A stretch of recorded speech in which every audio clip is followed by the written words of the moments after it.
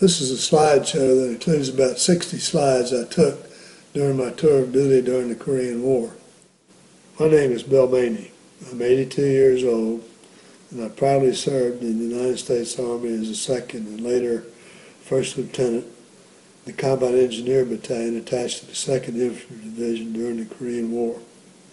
Today I live on the water at Carolina Beach, North Carolina, with my wife Shirley.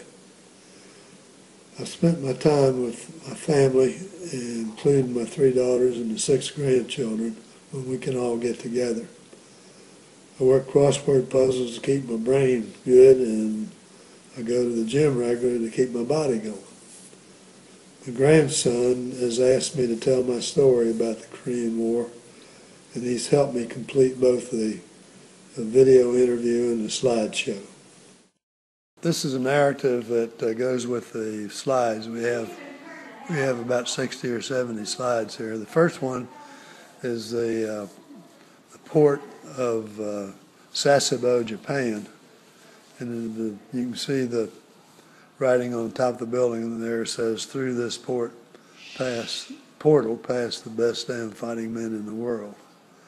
And this is where most of the people that came through Japan came right out of this port and went over across the East China Sea or the Sea of Japan to get to the southern tip of Korea at Busan. That's the way most of us went. And we were on the overnight ferry, just leaving the port when I took that picture. The next one is leaving the port of Sasebo, one of the last sites of Japan that I had. Then the next one is a Japanese fishing vessel in the harbor at Sasebo, or near the outside of the harbor. Or the next one is truly my last view of Japan in the fall of 1953. The next pic is my first view of Korea, entering the harbor at Busan, and there's a little Korean fishing vessel in the harbor there. And the next one is a Korean tug coming out, I believe it was coming out to meet our ferry to escort us to the docks. The next one's the United Nations Cemetery in Busan. I don't know how many thousand of troops were in there, and they had hundreds of Korean women that cut the grass in this cemetery with scissors. The next view is at the replacement depot at Yeongdeung-po. So I left Japan, ferried across, got on a train in Busan, rickety old Korean railroad train, which took us up to Seoul, and then they took us over to this Repo depot. And from there, we were told what outfit that we were going to be assigned to. The next 4 pictures are scenes of Seoul, I believe, riding in a truck from the Repo depot after I found out I was going to be assigned to the 2nd Infantry Division, which was about 40 miles or so north of Seoul, an hour or so drive from the Repo depot. I'm not sure exactly what these buildings were. One, I think, is a bombed-out school building. One appears to be a Capitol kind of building. It doesn't look too bad, but it was burned out. There weren't any people using that facility. And the next one may have been an entrance into a residence.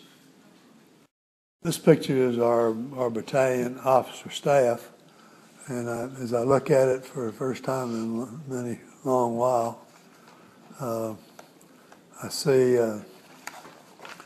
Lieutenant O'Sullivan, a West Pointer that I actually replaced when he went home and took his job in the engineer maintenance operation. And I see near him there is Lieutenant Ed Sheely, who was from Columbia, South Carolina. I visited him several times after we came home. and he eventually died of a heart problem.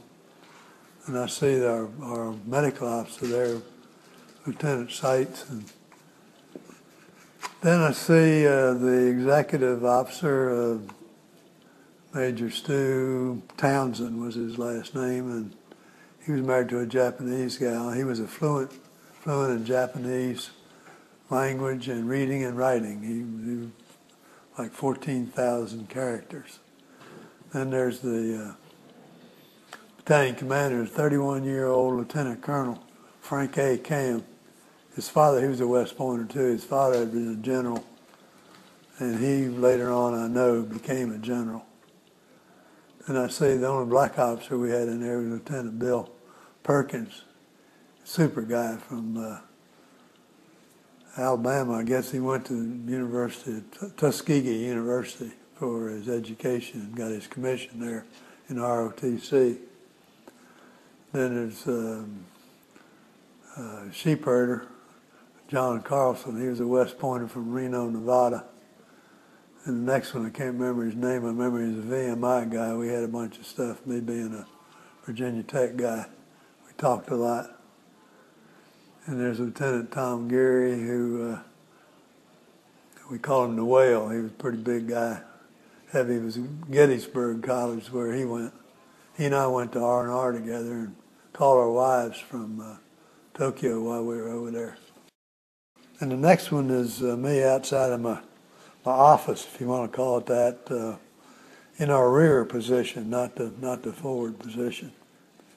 We had, as I may have said earlier, responsibility for all the vehicles in the 2nd Infantry, in the 2nd Engineer Battalion cadre, but we were also responsible for all the engineer equipment, which included all the bulldozers and generators and that kind of thing in the entire 2nd Infantry Division.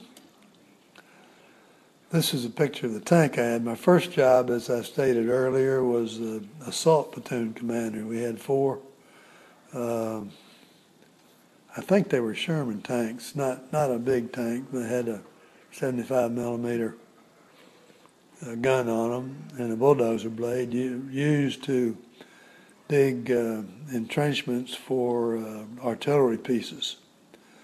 By the time I got over there, the truce had been signed, and these vehicles were hardly moved the rest of the time that I was over there.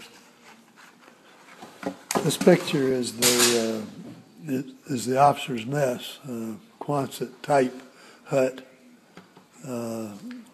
that Lieutenant Williams and O'Sullivan actually built the fireplace on the end of the building, and quite cozy little place. We had the fireplace and had a little bar in there, which is really something for the area that we were in. These are 3 of the officers that I mentioned, only one of them earlier, I guess, Perkins, and the fellow in the middle is Hampton, TJ Tom Hampton from Richmond, Virginia. And I've seen him in the States. He and I we played bridge together at Virginia Tech. He lived in the same barracks that I did the 3rd year I was in school. He graduated a year ahead of me. And on the left there is Clyde Armager. He was from Auburn.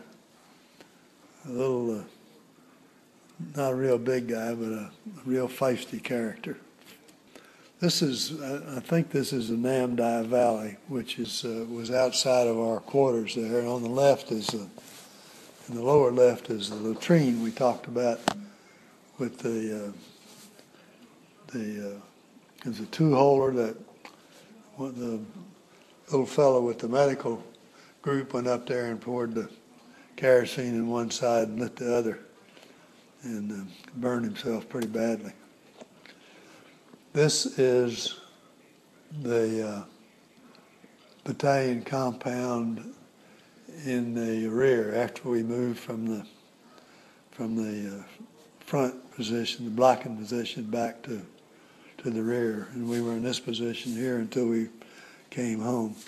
This is a picture of General Mark Clark. He dropped in this area next to our compound in a helicopter, and then he was marching the what do they call them? Trooping the line of an infantry regiment that was standing at parade rest over there in that area. This was a sunset looking down the valley outside of our tent. Beautiful. And this is another view of our compound in the forward area before we moved back to the back. All right, this is the chapel, 2nd Infantry Division chapel. It was right up close to the division headquarters. It was built by our outfit before I got there, obviously. And I remember going to midnight mass in that chapel. This is a picture of Marilyn Monroe. Came in there with the USO show. 2 or 3 USO shows came through there while I was there. And she was a cute trick. She was married to Joe DiMaggio at the time. And she dropped him off or he decided he wanted to stay in Japan while she came over into Korea. And this is her in the Bulldozer Bowl deal. We built this facility for USO shows, which was, I can think a little bit closer to the DMZ than the division headquarters, but this is her show, and you can see all the troops that were there. I think it was about 10,000 troops at this particular show. This is a Korean kid in one of the Korean villages. I believe I took this from a train when I was coming from Busan up to Tokyo. And the next picture is a road sign in English, so it's obviously something that our GIs put up. And this was up forward from where we were, between us and the DMZ. And the next one is the DMZ picture. This is this American soldier at the Geronimo outpost, which was the DMZ outpost. And the sign there is written in English and Chinese and Korean. You can see what remains of a train out there in the DMZ. It was a pretty cold day. You can see from the Arctic parka that he's got on there. He's got winter wear boots on too. This was a bombed out train. There's some other pictures of it. The engine, the cars, and with 2 of my friends, O'Sullivan and Al Fair, Chief Warrant Officer. We took a trip one day going through the areas forward of us.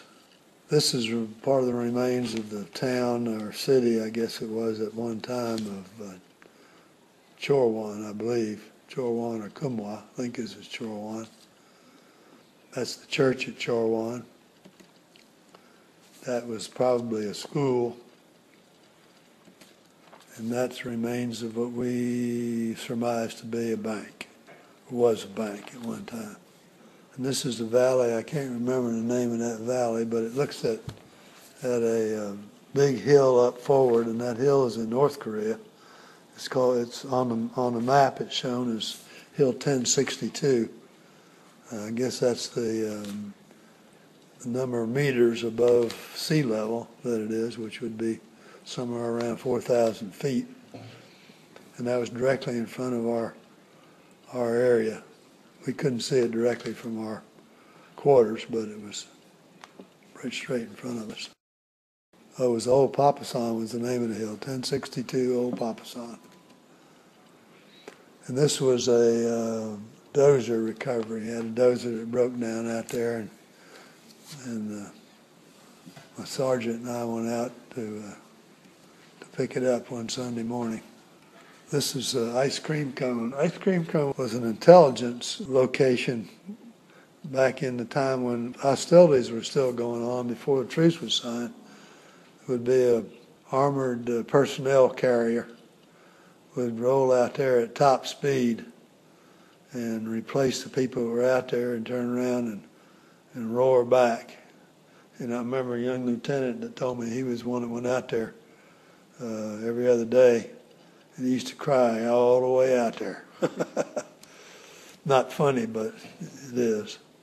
This is one of the bridges we built, and can't remember over what, just a little stream, but it was on one of the main thoroughfares between the north and the south.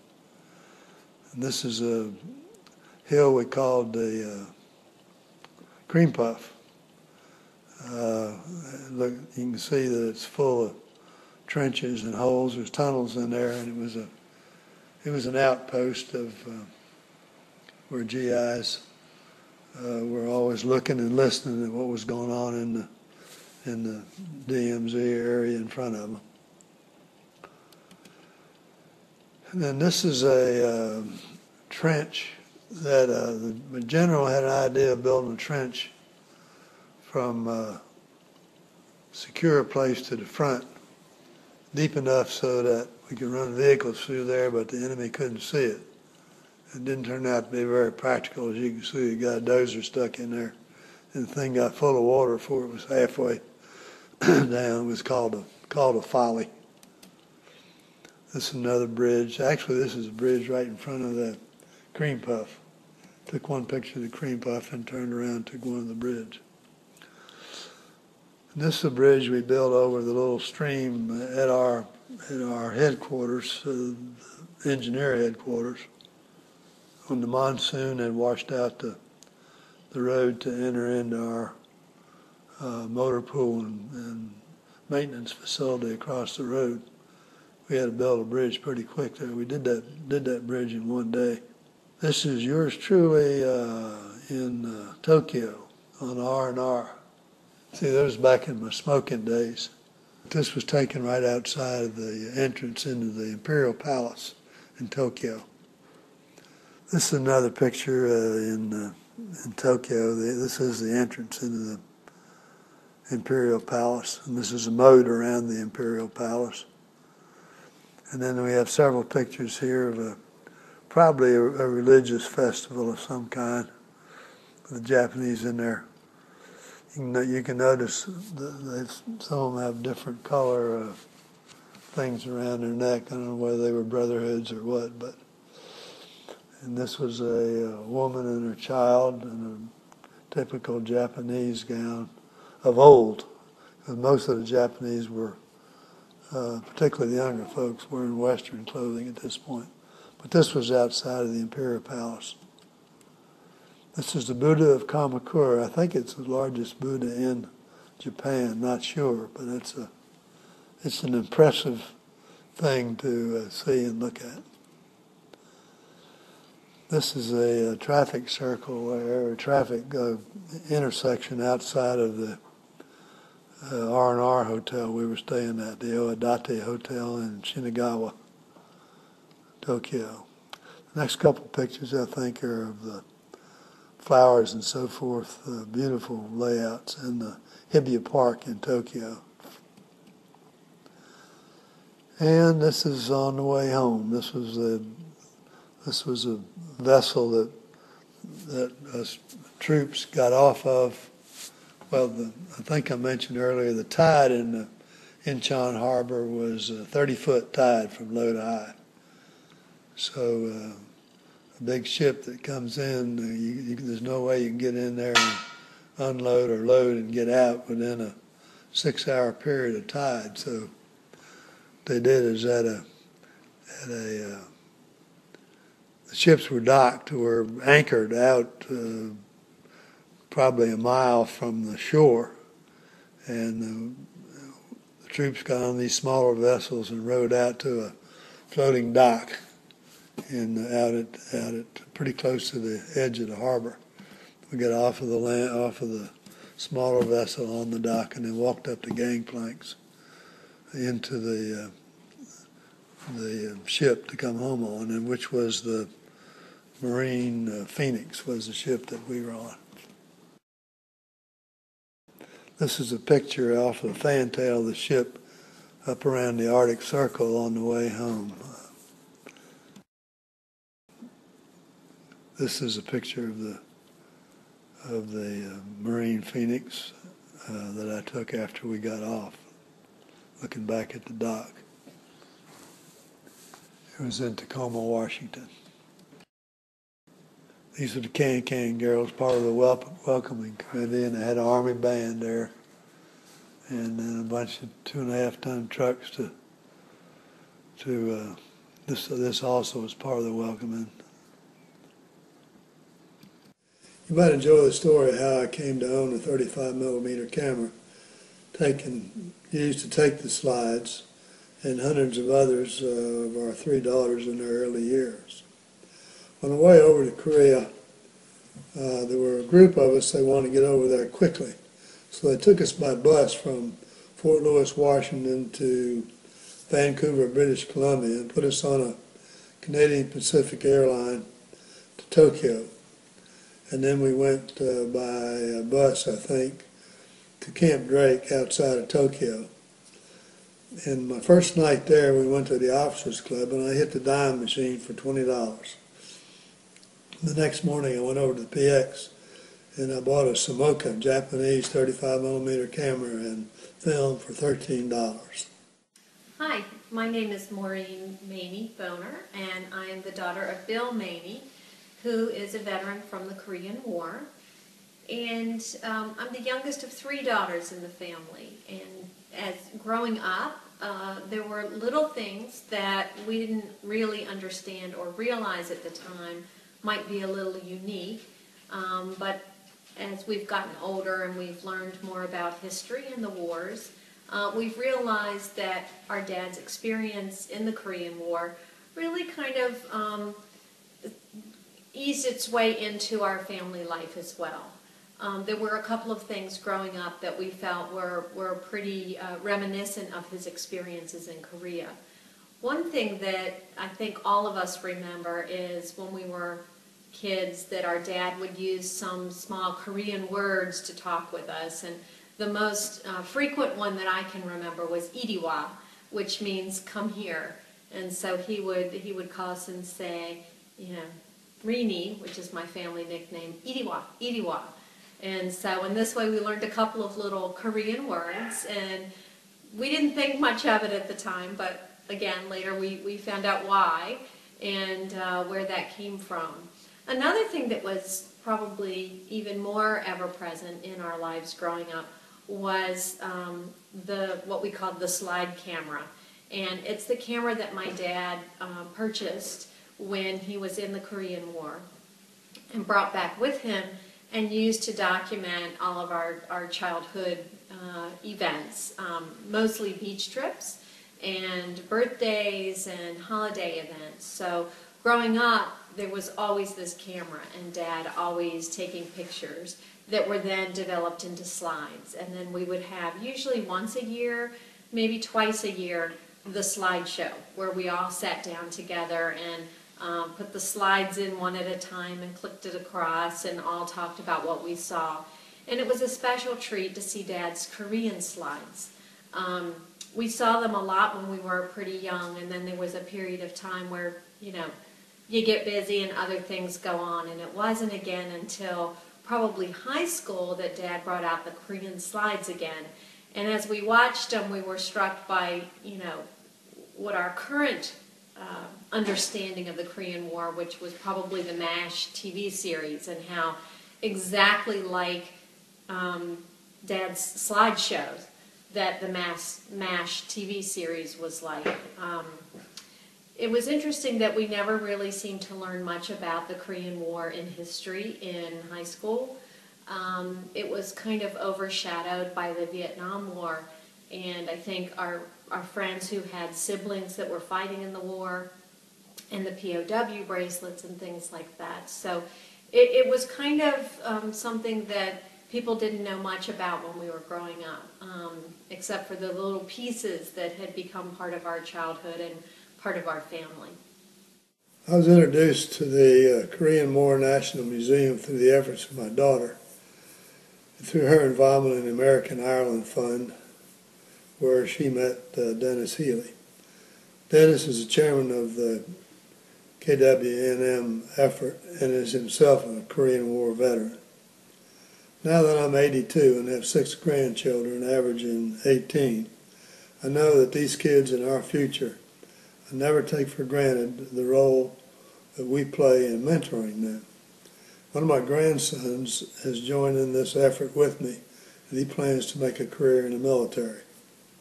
He says the decision to serve our country has been impacted by the many discussions we've had over the years about my military service.